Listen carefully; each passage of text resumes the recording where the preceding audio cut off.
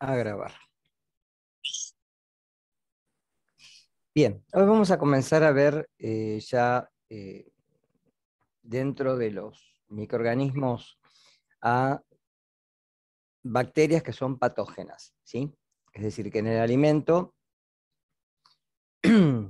pueden o bien generar productos tóxicos, que recuerden que ya denominamos toxinas, o bien pueden ser ingeridos, causar una infección intestinal, o bien pueden también al ser ingeridos, ¿sí?, causar una toxoinfección, ¿sí?, que puede ser intestinal o extraintestinal. Para esto vamos a ver justamente un caso de cada uno. Vamos a ver la intoxicación por Staphylococcus aureus, la infección por salmonela y la infección y toxoinfección por Shigella dysenteriae, ¿sí? Esos tres microorganismos son los que vamos a ver hoy para ver un caso típico de cada uno. Después la semana que viene ya vamos a ver las especies de Escherichia coli y las especies de Vibrio cholerae. Y ya la otra semana vamos a terminar cerrando el ciclo con bacterias que son esporuladas, que son los clostridios, ¿sí? Bien,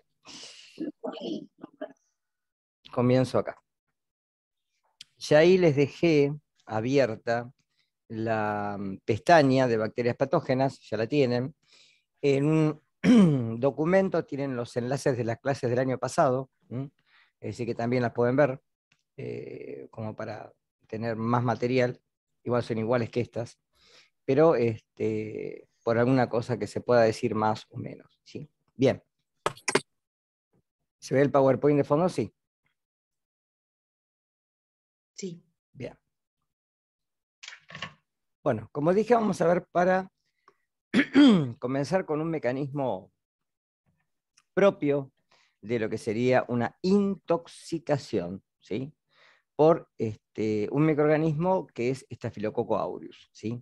Esta bacteria, que es un coco gram positivo, en forma de racimo. Ustedes recuerden que cuando uno realiza una coloración, ¿sí?, generalmente la coloración de Gram, uno puede ver las formas en las cuales estas bacterias se agrupan. Y en este caso, según los planos de división, como se alternan, uno puede encontrar racimos o ramilletes de bacterias.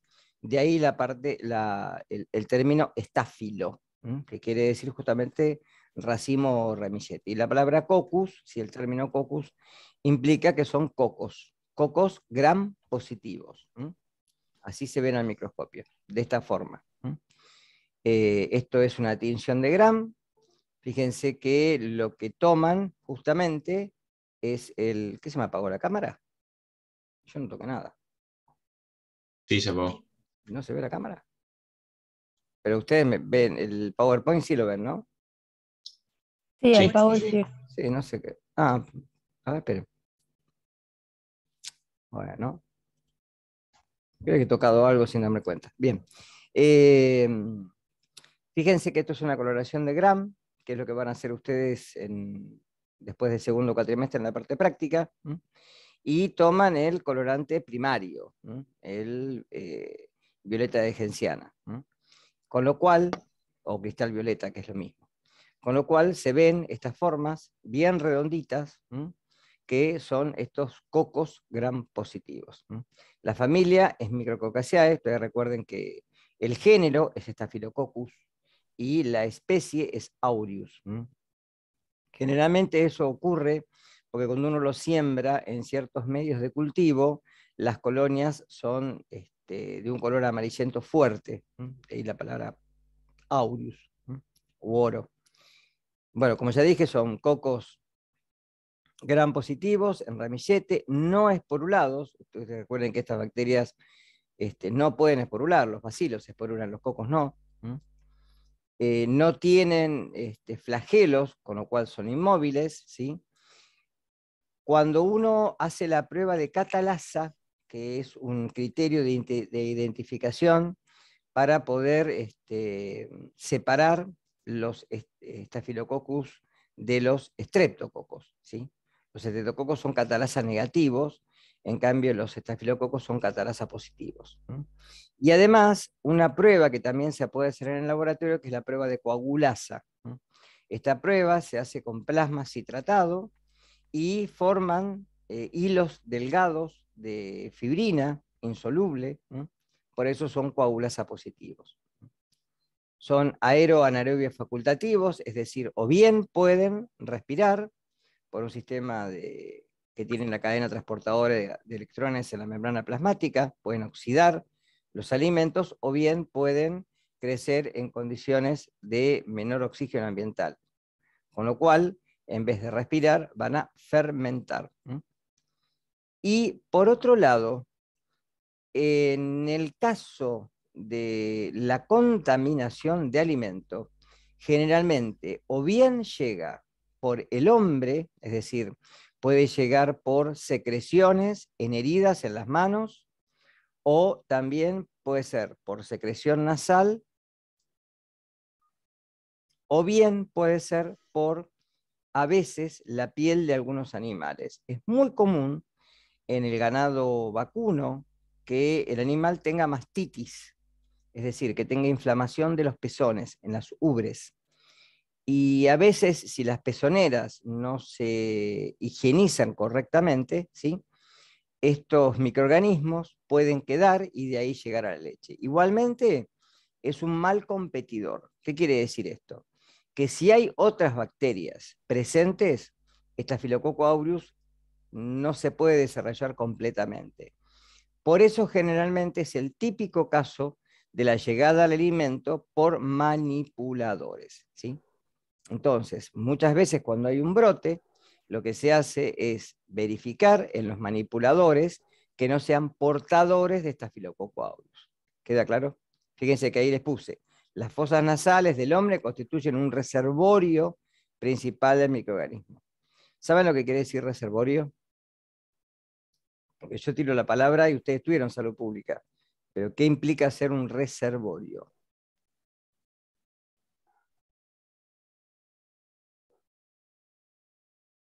¿Por qué el hombre es un reservorio? Como que mantienen guardados, digamos, los microorganismos en él, ¿sería? Pero no manifiesta ¿qué? Síntomas. No manifiesta síntomas clínicos. ¿Claro esto? Es decir, es el organismo que le permite subsistencia sin mantener de alguna manera sintomatología clínica, sin manifestar sintomatología clínica. ¿Está claro? ¿Sí? Por eso es un reservorio. Entonces, es el caso que uno generalmente apunta como un problema de mala manipulación.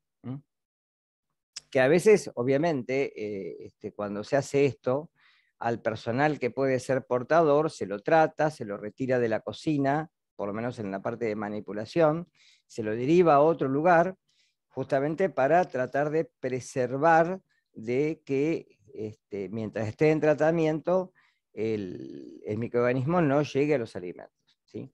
Porque si yo a un alimento le retiro la flora propia que trae, ahora Staphylococcus aureus tiene el campo disponible para poder desarrollarse, ¿sí? Bien. Por esto que les digo, ¿sí?, por esto que les mencioné recién, es un microorganismo exigente. Necesita algunos aminoácidos y vitaminas para poder crecer. Generalmente en el laboratorio van a ver que para crecerlo se los puede hacer crecer en agar base o agar enriquecido, en agar sangre, por ejemplo.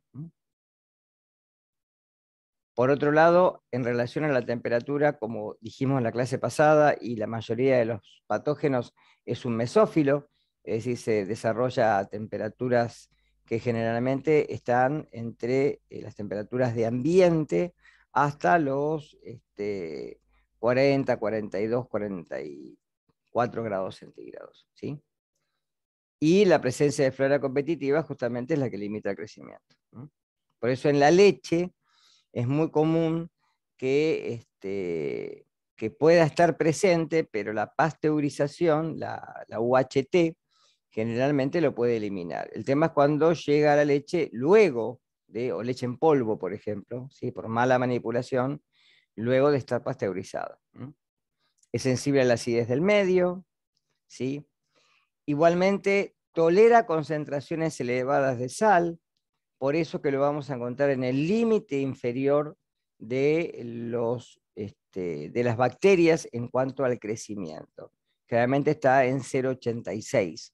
Ustedes recuerden que las bacterias necesitan de 0,95, ¿sí? O más. Por eso tolera actividades de agua bajas, desde 0,86 a 0,99. Es el límite bacteriano para el crecimiento de un microorganismo en un medio. La actividad de agua obviamente genera procesos en los cuales se les limita el crecimiento. Fíjense, 0,86 en aerobiosis, es decir, acá puede oxidar, y 0,90 en anaerobiosis. O sea, si yo lo tengo en un medio anaerobio, a una actividad de 0,86 le limito el crecimiento. ¿De acuerdo?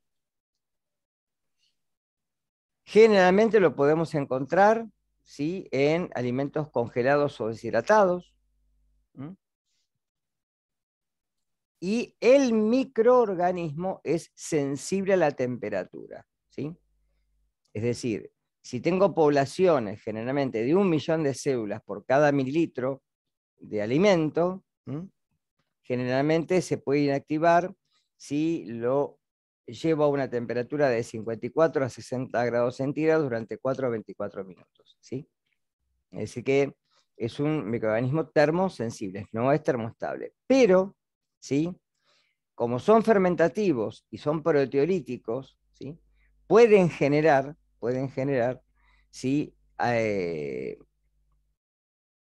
algún, digamos, caso en el cual el alimento se puede haber alterado, pero no a tal punto de que esto sea evidente para el consumidor.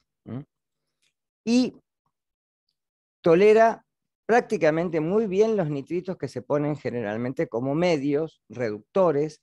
Recuerden que los nitritos, ¿sí?, se reducen a nitratos, se oxidan a nitratos, perdón. Con lo cual, esos medios reductores preservan porque reducen el potencial redox, ¿sí? Fíjense que acá les puse, no produce modificaciones de los caracteres organolépticos que sean perceptibles para el consumidor, y lo que sí genera en el alimento es una toxina. Una toxina, y la toxina es termoestable, ¿está claro?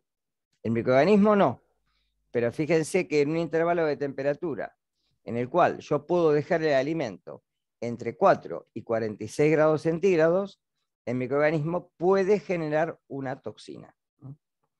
Y es ahí que tenemos una intoxicación, ¿de acuerdo?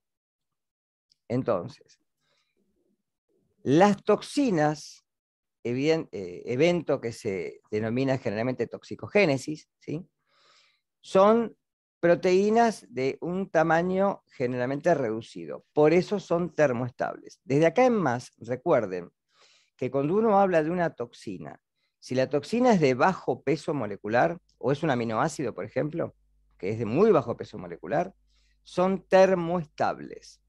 Si una toxina es de alto peso molecular, como es una proteína, es termosensible. ¿Está claro? Sí. ¿Sí? Hay varias toxinas, se conocen varias toxinas, ¿sí?, 7 en total. Fíjense que se las llama enterotoxinas. En algunos libros van a encontrar la palabra neurotoxina, ¿sí? En realidad la palabra neurotoxina no es apropiada, porque a pesar de que lo que produce son vómitos violentos, ¿sí?, dados generalmente por la activación a nivel del intestino, ¿sí?, es una gastroenteritis alta, no baja, ¿sí?, no del nivel bajo del intestino, y produce generalmente esto, ¿sí?, la presencia de vómitos violentos, que es típica de este microorganismo. Por eso le digo, cuando estudien, fíjense el concepto diferencial. ¿Cuál es el síntoma principal que se produce en cada caso? ¿De acuerdo?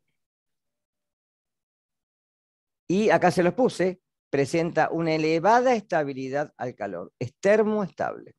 Es decir, una vez producida, ¿sí?, una vez producida en el alimento, uno puede inactivar ¿sí?, a los microorganismos, a los estafilococos, pero no su toxina.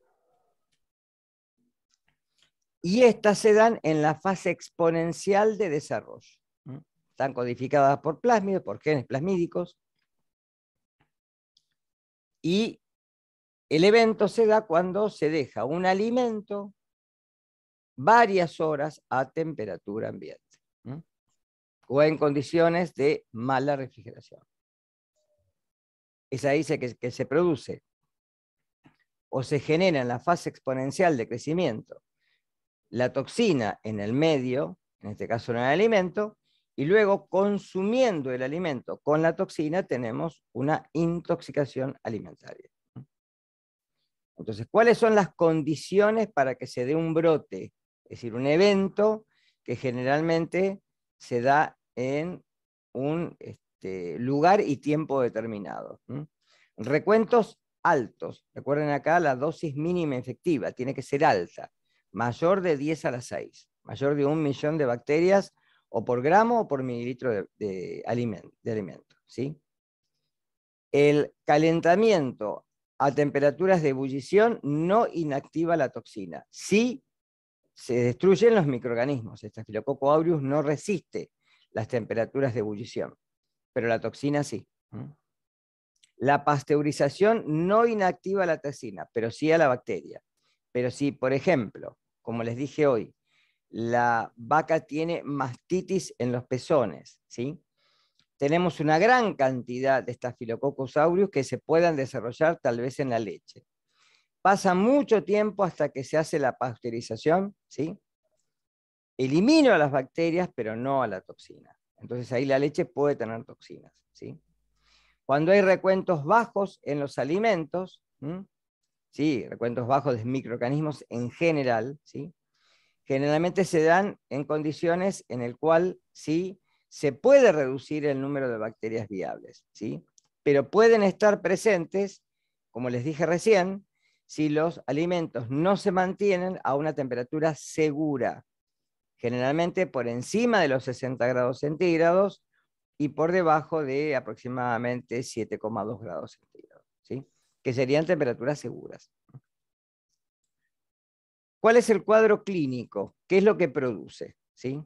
Normalmente lo que produce es una intoxicación alimentaria. Ojo cuando lean, porque van a encontrar que este microorganismo es muy común, ¿sí?, a nivel cutáneo, por ejemplo, para producir abscesos, ¿sí?, pero eso no es por ingesta de alimentos, está claro, es por heridas. Es un microorganismo típico de infección cutánea, que puede producir generalmente abscesos, forúnculos, etc.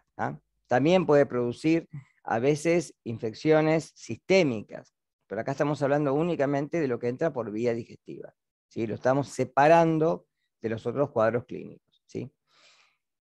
¿Cómo es la aparición de síntomas? Rápida, generalmente de 2 a 4 horas luego de la ingesta de alimentos contaminados con toxina de Staphylococcus aureus, ¿sí?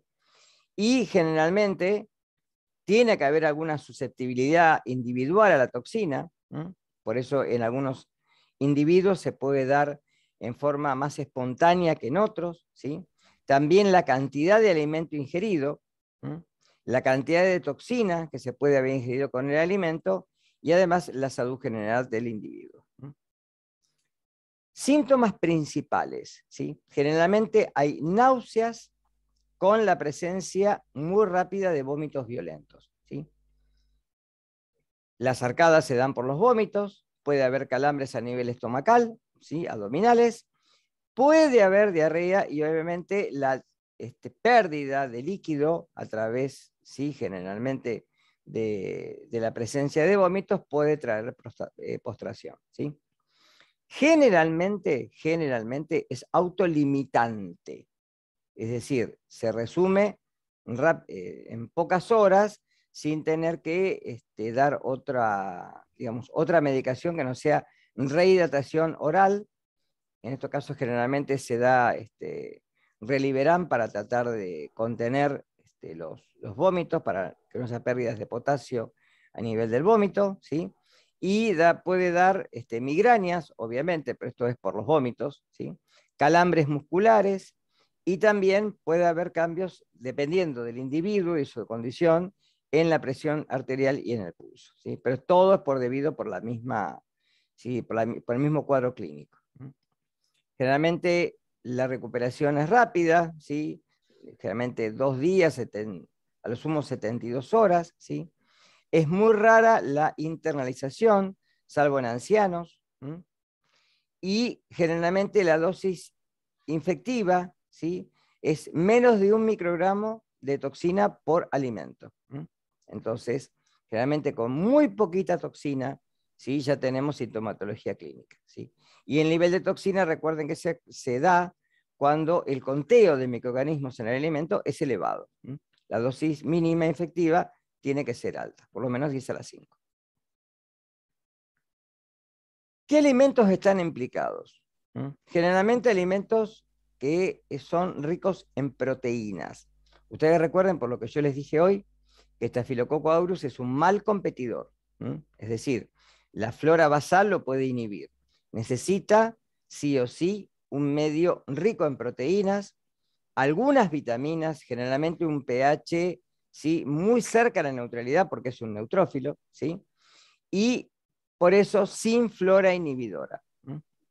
Acá lo podemos tener en la mayoría de las carnes, en pescados, en productos generalmente de elaboración a través de, digamos, de manufactura de carnes, en embutidos, en pasteles de crema, en helados, puede también estar en fiambres, por ejemplo, en un sándwich con jamón o con bondiola, y en algunos casos en la leche, en los quesos que se hacen, pero cuando la cuajada que se produce para hacer el queso no está generalmente bien acidificada. Acá tienen los típicos casos en los cuales en helados también es muy común porque soporta, ¿sí?, bajas temperaturas, ¿sí? Y si ya está generada la toxina y uno consume el producto, se puede dar. Condiciones para que haya un brote: una fuente de estafilococos que pueda generar enterotoxina, tanto en el hombre como en animales. Un medio de transmisión, lo cual la contaminación cruzada puede ser, o generalmente el caso más particular es el de los manipuladores, ¿sí? Y además un alimento que sea favorable para el desarrollo de microorganismos. Una temperatura que no sea segura, con un recuento alto, 6 a 10⁻10 microorganismos por gramos de alimento, ¿sí? Y 3 o 4 horas a temperatura ambiente. Además, obviamente, la ingestión de la toxina ya es suficiente para desencadenarlo. Como prevención, las reglas que generalmente se dan como reglas de salubridad, para poder prevenir la contaminación cruzada o la llegada de estafilococos por manipuladores, ¿sí? El almacenamiento y luego la refrigeración adecuada de los alimentos una vez realizada la cocción. Y generalmente, como acá les puse, el mayor riesgo ocurre cuando se mezclan ingredientes crudos con cocidos, ¿sí? Bien, ¿me esperan un segundo? Voy a poner a... Bien, seguimos. Compartir pantalla. Bien. ¿Se ve el fondo de PowerPoint? Sí. ¿Se escucha? Sí, sí, sí. Sí, está todo bien. Bien. Vamos a hablar de salmonela, ¿sí? O salmonelosis, ¿sí? En este caso, y debido generalmente a la alimentación de las aves, ¿sí?, de corral, en el caso del pollo, por ejemplo, para nuestro caso, ¿sí? O la gallina, ¿no? La alimentación con generalmente harina de pescado puede traer en el animal salmonelosis, ¿sí?, que luego puede llegar al hombre. Salmonela es un bacilo, recién hablamos de un coco.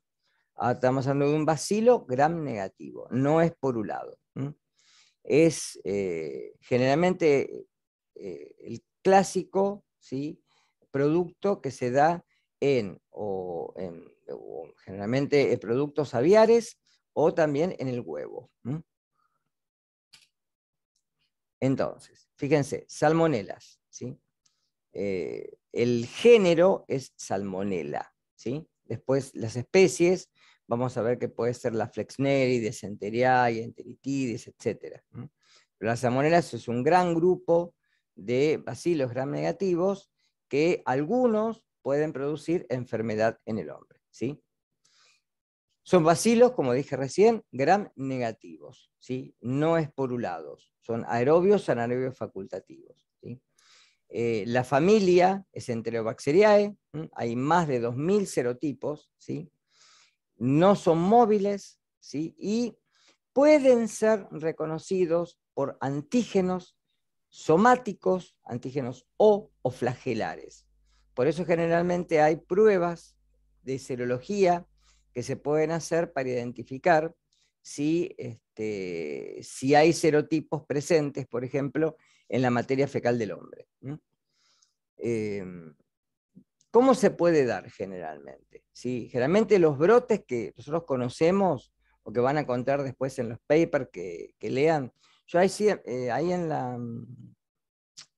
en la página les dejé un trabajo de cada uno. Son trabajos científicos, son papers, que lo que tienen normalmente es la descripción de un caso. Lo que quiero que lean solamente de ahí son las características del microorganismo y las condiciones de brote, ¿está claro? Solamente eso, no que no se lean todo el paper. Y fíjense que se da generalmente en huevo, en ovoproductos también, ¿sí? O en carnes, que generalmente es carne de ave. También se puede dar, ¿sí?, en carne de pescado. Vamos a ver después, más adelante, cuando lleguemos a la parte de aminas biógenas, que el pescado contiene en su intestino gran cantidad de bacterias, ¿sí? Y también se puede dar con el consumo de mariscos crudos o pobremente cocidos, ¿sí? Se puede dar en frutas. Yo me acuerdo que en un congreso que estuvimos una vez se había encontrado salmonela, ¿sí?, en tomate, cosa que es muy raro, porque generalmente el pH es bajo, ya lo habíamos visto en la parte de alimentos cuando vimos todas las condiciones del medio ambiente de los alimentos, ¿sí? Pero hay siempre excepciones. Y generalmente hay una menor frecuencia con alimentos, ¿sí?, dados por manipulación. Fíjense que esto es contrario a lo que vimos recién con Staphylococcus aureus. La temperatura es un mesófilo, fíjense que tiene una temperatura óptima de crecimiento de 35 grados centígrados, ¿sí?, pero el rango está entre los 5 y los 45-47, ¿sí? Es decir, si uno lo tiene a temperaturas bajas, temperaturas de refrigeración, o a temperaturas por encima de los 60 grados centígrados, estas bacterias se pueden desarrollar en el alimento, ¿sí? Se pueden multiplicar y ser ingeridas con el alimento. Generalmente tienen una alta sensibilidad al calor, ¿sí? La cocción los elimina totalmente. Fíjense que el pH de crecimiento está entre 4,1 y 9, ¿sí? Es un rango bastante amplio, pero la actividad de agua es mucho más alta que la de Staphylococcus aureus, ¿sí? No tolera muy bien la sal. Ahí lo que tienen abajo, bueno, es el tema de las aves en las cuales se puedan desarrollar, y lo que tienen en la filmina a la derecha es un agar SS. Agar SS es un agar Shigella salmonella. Es un medio de cultivo de tipo diferencial. Eso lo van a ver en la parte práctica, en donde las colonias de salmonella se ven de este color oscuro. Entonces este agar, ¿sí?, es específico para inhibir cualquier microorganismo menos salmonella o shigella. Shigella se ven colonias mucho más blanquecinas, y acá se ven colonias oscuras, bien típicas de salmonella. ¿Cuál es el cuadro clínico? ¿sí? Generalmente, como vimos hoy en Staphylococcus aureus, el síntoma principal eran los vómitos violentos, dados por náuseas, dados en algunos casos por diarrea, pero fíjense que los síntomas son rápidos en muy pocas horas. Acá generalmente lo que vamos a encontrar es fiebre, ¿sí? Por eso uno de los principales cuadros clínicos es la fiebre tifoidea, ¿sí? Generalmente esto está dada por una especie de salmonela, ¿sí? Que es la tifi. Fíjense que yo dije salmonela era el género amplio, ¿sí? Pero la especie es tifi. Y generalmente se da cuando hay alimentos crudos o pobremente cocidos, ¿sí? Y generalmente llegan a estos alimentos o bien porque ya está en la materia prima o por manipuladores. La dosis infectiva mínima, fíjense que es alta, 10 a la 6, 10 a la 9, y el periodo de incubación, en este caso, es mucho más largo. Acá tenemos un periodo de incubación que va desde los 7 a los 14 días. Obviamente dependiendo de la dosis ingerida, ¿sí? La fiebre generalmente se da como uno de los principales síntomas en aumento hasta los 40 grados centígrados, ¿sí? Generalmente hay dolor abdominal, fundamentalmente en la palpación, puede haber estreñimiento al principio y luego generalmente puede haber dolor muscular, astenia, dinamia y diarrea, ¿sí? La diarrea no es sanguinolenta, también es un punto principal esto. Pues vamos a ver en Shigella que ahí sí hay disenteria bacilar, ¿sí? La palabra disenteria es diarrea con sangre. Acá generalmente no vamos a encontrar sangre en la materia fecal. En el cuadro clínico, normalmente luego de la ingesta del alimento contaminado, ¿sí? Hay invasión bacteriana en el intestino, ¿sí? Ahí generalmente hay reproducción de las bacterias en los ganglios linfáticos, ¿sí? Pueden llegar hasta el conducto torácico y de ahí dirigirse por circulación sanguínea, ¿sí? Hacia el organismo, ¿sí? Generalmente puede haber úlceras en las placas de Peyer, ¿sí? Se pueden localizar en cualquier tejido, vesícula, biliar, hígado, etcétera, ¿sí? Y en algunos casos más extremos, puede haber complicaciones como perforación intestinal, ¿sí? Pero son raros, ¿sí? Puede haber colecistitis, es decir, inflamación de los colédocos a nivel de las vesículas, y puede haber abscesos. Generalmente, ¿sí? Los fenómenos que se dan por endotoxinas, ¿sí? Acá no hay una exotoxinas. Recuerden que yo le había dicho cuando vimos la parte de gram negativos y gram positivos, que cuando la bacteria es lisada, es decir, cuando, por ejemplo, por el sistema del complemento, la bacteria es destruida, ¿sí? Se liberan productos que son endotoxinas, y estas generalmente pueden traer como consecuencia fenómenos inflamatorios y necróticos, ¿sí? Pero acá no hay una toxicogénesis, ¿sí? Debida por la bacteria, sino que es por la agresión del sistema inmune que libera estas toxinas al medio externo. También tenemos una fiebre paratifoidea, dada por Salmonella enteritidis, ¿sí? O Salmonella paratifia A, B o C. Es un cuadro clínico mucho más leve, muchísimo más leve y de menor intensidad, ¿sí? Se da generalmente un cuadro también en el cual hay diarrea que puede ser severa, que puede durar de 24 a 48 horas, ¿sí? Puede haber peristaltismo, ruidos sediaéreos, cólicos, vómitos en algunas ocasiones, ¿sí? Y la materia fecal generalmente, ¿sí? Es mucho más fétida y más espumosa por la presencia de lípidos en la materia fecal, ¿sí? Pero se autolimita generalmente de 3 a 4 días, ¿sí? Formas de prevención, ¿sí? La forma de prevención, la forma principal es en este caso, la temperatura. Poder llevar el alimento a cocción y que la cocción sea suficiente, ¿de acuerdo? Por ejemplo, en el caso de las aves de corral, en el caso del pollo o la gallina, ¿sí? Que la cocción sea suficiente. ¿Sí? Una temperatura adecuada, ¿sí? Y luego que el alimento, una vez preparado, si se debe de conservar, refrigerarlo rápidamente, ¿sí? Refrigerarlo a una temperatura por debajo de los 4 grados centígrados, ¿sí? Si nosotros dejamos el alimento a temperatura ambiente, fíjense que ahí está escrito, ¿sí? Normalmente las salmonelas se pueden multiplicar. Y como la dosis infectiva mínima dijimos que es alta, nosotros podemos tener un alto recuento y eso trae generalmente el brote. Separar obviamente el producto crudo de cocido para que no haya contaminación cruzada y obviamente una buena limpieza y desinfección de los lugares en donde se hace generalmente el sacrificio del animal y luego en este caso la evisceración, ¿sí? ¿Cómo se llama lo que se obtiene de la evisceración del pollo, por ejemplo? ¿Cómo le dicen a eso normalmente? Que los venden aparte. Las vísceras, Pero ¿cómo se le dice normalmente? ¿Ustedes lo van a comprar?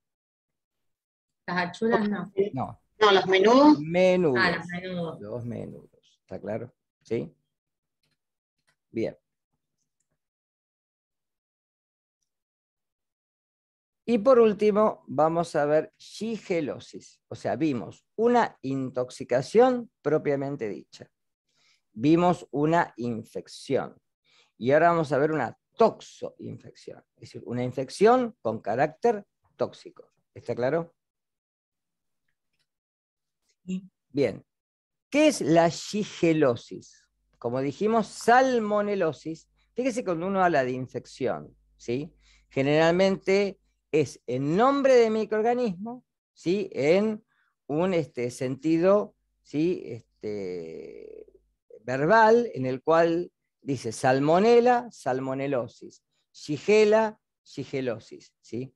Pero fíjense que en la intoxicación no dijimos Staphylococcus aureus, ¿sí? Estafilococcus, porque eso es otra cosa, eso es cuando es sistémico, ¿sí? Acá habíamos hablado de intoxicación, pero estas son infecciones, las dos. Tanto la salmonelosis como la shigelosis son infecciones, ¿sí? En el caso de Shigella, el agente que produce la patología son especies de Shigella que causan normalmente, ¿sí? Un síndrome gastroentérico, que bien puede ser, ¿sí? Que bien puede ser, ¿sí? Toxicogénico, es decir, puede producir una toxina que es la toxina Shiga. Son bacilos también, ahí está puesta la palabra mal, gran, después te van a corregir, es con mayúscula, no es con minúscula. Profe, se sigue viendo lo de salmoneliosis. Perdón. Vamos de vuelta. Gracias por avisar. Ahí sí. Igual a la primera filmina. Ahí sí se Ahí ve. sí. Bien. Ahí sí. Son bacilos gram negativos. ¿Sí? La palabra gram, por favor, con mayúscula porque es un apellido. Ahí me equivoqué yo. Y son inmóviles. ¿Sí? En el caso de salmonela, fíjense que tienen antígenos flagelares, son móviles. ¿Sí? Son anaerobios facultativos, no pueden esporular. Y tienen, ¿sí? Y tienen la particularidad de poder penetrar en el interior celular. Es decir, se desarrollan dentro de los enterocitos. De ahí que puedan producir una infección intestinal y también extraintestinal, es decir, dentro del organismo. Las especies generalmente que afectan al hombre, que infectan al hombre, son Shigella dysenteriae, una de las más conocidas, Flexneri, Boydii y Sonairi. La más virulenta es generalmente Shigella dysenteriae, la que trae lo que se llama disenteria basilar. Entonces, ¿qué es la shigelosis? Para cuando lo lean, ¿sí? Se da por la ingesta de alimentos contaminados con materia fecal humana. O sea que acá tenemos un problema con los manipuladores. Es decir, la enfermedad, la infección natural no está reconocida en animales, solamente en el hombre. Por eso el hombre puede ser portador en algunos casos asintomático, y desde ahí, por una mala higiene, es como puede llegar a los alimentos, ¿sí? Y a consecuencia también, ¿sí? Y en una forma mucho más particular, fíjense que la dosis infectiva es muy baja. 10 a la 2 microorganismos por gramo o por mililitro de alimento ya bastan para que haya, ¿sí?, un cuadro clínico evidente. El periodo de incubación, fíjense que es intermedio entre una intoxicación y una infección, propiamente dicha. Y nuevamente acá tenemos como uno de los puntos particulares la fiebre, igual que en el caso de salmonela. Por eso hablamos de infección. ¿Hasta acá quedó clara la diferencia? Fíjese que estoy marcando normalmente en cada uno de los puntos el concepto de diferencial, ¿sí? Para que puedan, cuando hacen el cuadro comparativo, que se los pide ahí en el cuestionario, ¿sí?, que es a los fines de estudio de ustedes, ¿no? Cuando hagan el cuadro comparativo, poder resolver justamente diferencias que después son las que nos dan, me fue la cámara, las que nos dan la idea de por qué puede ser el brote. Acá generalmente se da una patología en la cual los microorganismos, ¿sí?, cuando llegan a la célula intestinal, lo que hacen es aumentar su número, atravesar, porque son invasivas, y pueden producir directamente la muerte celular de macrófagos, y por una cuestión de que penetran al sistema circulatorio, invadir otros órganos y producir, por ejemplo, ¿sí?, abscesos. Acá tienen distintos serogrupos, esto es para que lo miren, nada más, ¿sí? Cada serogrupo tiene distintas particularidades. Y lo más importante, y lo que tienen que tener en cuenta, que pueden generar una toxina denominada toxina Shiga. Esto lo vamos a volver a ver en Escherichia coli, en otra bacteria. Generalmente son proteínas que van a dar un tipo de cuadro en el cual se da la muerte de la célula entérica, porque pueden penetrar adentro de los enterocitos, inhibir la síntesis de proteínas, y si a una célula le inhibo la síntesis proteica, la condenó a la muerte. ¿De acuerdo? Por eso se encadena un fenómeno de apoptosis, y es así que las células, una vez que se eliminan del intestino, ¿sí?, se puede producir directamente una diarrea de tipo o bien sanguinolenta, o bien con leucocitos muertos, es decir, purulenta, y esto se da principalmente por la toxina que se genera en el intestino. ¿Está claro? Sí. Acá tienen, por ejemplo, el factor nuclear potenciador de cadenas livianas, generalmente es un complejo proteico que controla la transcripción del ADN, y un sistema de secreción que por traslocación, generalmente lo que hace es tratar de, fundamentalmente, de inhibir el efecto protector del sistema inmune. Por eso que producen citotoxicidad en macrófagos. Ustedes recuerden que lo vimos en la clase pasada, que son los que presentan antígenos.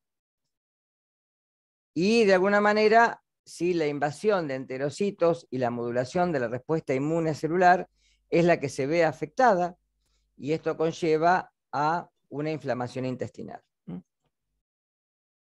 Acá se los puse. Invasividad. llegan al intestino, invaden la mucosa, penetran generalmente en el epitelio intestinal y producen lo que se llama bacteriemia, es decir, una septicemia por bacterias. Esto generalmente puede producir hemorragia intestinal y es así que vamos a encontrar a la materia fecal con sangre. Por eso se habla de disentería. La enterotoxina, que es la toxina Giga, ¿sí? Es termolábil, igual en el intestino esto no nos afecta, ¿sí? Y se une a la subunidad 60S del ribosoma, produciendo directamente la inhibición de la síntesis proteica. ¿De acuerdo? Con lo cual, generalmente se da diarreas que son diarreas con sangre, con moco, con pus. Y este es el síntoma principal de la disentería bacilar, ¿sí? Fíjense, después de 2 a 4 días de incubación, es decir, el intermedio entre una intoxicación y una infección propiamente dicha, se presenta un cuadro febril, dolor muscular, generalmente falta de apetito, anorexia, astenia, una diarrea con cólicos, ¿sí? Se evacúa. Acá está lo que se denomina tenesmo rectal. ¿Saben lo que es esa palabra?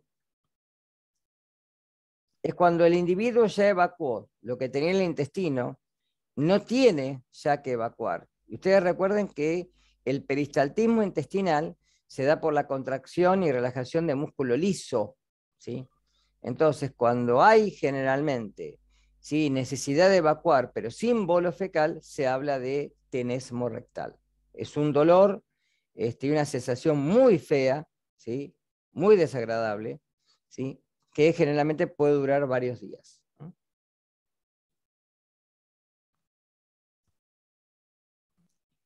En algunas formas, ¿sí?, que son más hiperagudas, se puede dar un cuadro clínico mucho más severo, con fiebre por encima de los 40 grados centígrados. Acá puede haber cólicos intensos, vómitos, diarrea abundante, y generalmente esto se da, como vimos en la clase pasada, cuando el sistema inmune no puede reaccionar frente a estas bacterias, ¿sí? Pero se da en niños y en ancianos. Acá puede haber insuficiencia renal por complejos que se forman y pueden dar una insuficiencia renal aguda. Puede haber generalmente un choque sistémico y pueden ser casos mucho más graves, ¿sí? Puede haber hemorragia intestinal, también puede haber perforación intestinal y peritonitis, pero son formas hiperagudas. Y el cuadro clínico, recuerden, acá hay un repasito, cómo se produce. Uno consume el alimento, los bacilos penetran por la ingestión de los alimentos contaminados, llegan al ilion, ahí inflaman la mucosa ¿sí?, que tienen la facilidad de poder invadir el intestino, y ahí es donde se da la diarrea inicial. ¿De acuerdo? Acá se puede haber generalmente ulceraciones, y normalmente el cuadro clínico es severo, ¿sí? ¿Cuánto puede durar? Depende fundamentalmente del estado de salud del individuo. Generalmente son cuadros clínicos que duran de 1 a 2 semanas. Puede ser generalmente autolimitante, ¿sí? Y si no, hay que medicar. Generalmente la medicación es rehidratación por generalmente la pérdida de líquido y electrolitos, y los antibióticos que se pueden, ¿sí?, recomendar son la ampicilina, las tetraciclinas o el Bactrim, que es el sulfametosazol, ¿sí? El manejo terapéutico es generalmente tratar de mantener al paciente en reposo y con buen estado general, tratar generalmente la deshidratación y evitar las complicaciones de la misma, y normalmente una alimentación sencilla, ¿sí?, que aporte un contenido calórico adecuado y que de alguna manera sea astringente y no facilite la pérdida de líquido a nivel intestinal. A nivel epidemiológico se encuentra generalmente en todos los países y a veces por la mala educación de los manipuladores, ¿sí?, se da en países con bajos recursos. ¿De acuerdo? No hay vacunas para esta bacteria. Y a nivel ecológico, sí, la enfermedad se da en animal, en el hombre, y es muy raro encontrar en animales. Alimentos implicados, generalmente alimentos que puedan contener Shigella y que generalmente se consuman en forma cruda o pobremente cocida. Bueno, acá les traje un caso clínico, una disentería por Shigella en un adulto. Después mírenlo, es una mujer de 78 años, hipertensa, ¿sí? Ingresa en un servicio de terapia y generalmente se ve un hematoma intercerebral frontal derecho de origen hipertensivo. A la semana de ingreso, siendo la evolución, presenta fiebre con 39 grados centígrados, abundantes deposiciones líquidas de coloración verdosa con moco y sin sangre. Se evalúa a nivel de los datos de laboratorio, presenta neutrofilia, obviamente, y lo que vimos en la clase pasada, ¿sí?, una proteína C reactiva, ¿sí?, a un nivel elevado, o sea que hay una infección.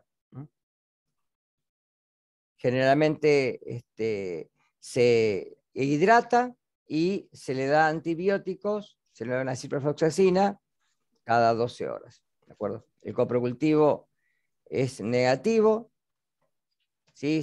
Es positivo, perdón.